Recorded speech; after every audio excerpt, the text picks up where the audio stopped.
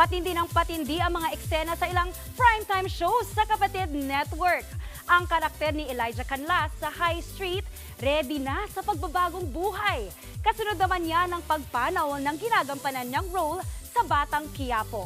Nasa frontline ng balitang yan si MJ Marfori. Tumakbo, tumalon, saka kumapit.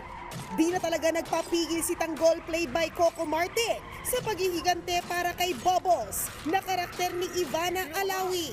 Kaya si Pablo na ginagampanan naman ni Elijah Canlas nalago.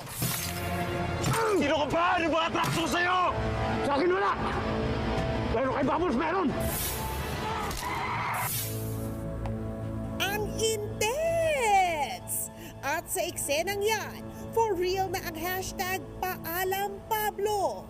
Umabot sa 525,000 ang concurrent viewers o sabay-sabay na nanood online para sa episode na ito. Pero kasunod niyan, mas titindi pa ang mga pagsubok sa buhay ni Tanggol.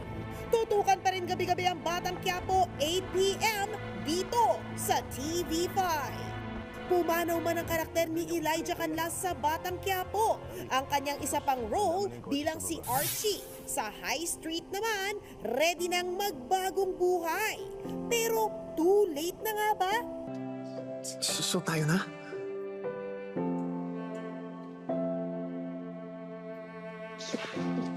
Magkakabalikan pa kaya sila Archie at Roxy played by Cyrel Manabat? Exciting days ahead para sa mga umaatikabong eksena ng mga serye ng Todo Max Primetime 5 sa TV5. Kaya tuloy-tuloy lang ang panonood, mga kapatid. Nagbabalita mula sa Frontline, MJ Marfori, News 5. Mga kapatid, ito po ang inyong K-Alaman Queen, Kalad Karen. Always remember na ang K-Alaman ay K-Yamanan. Kaya para sa latest showbiz news at dagdag impormasyon, mag-follow at mag-subscribe sa social media pages ng News 5. K? Okay.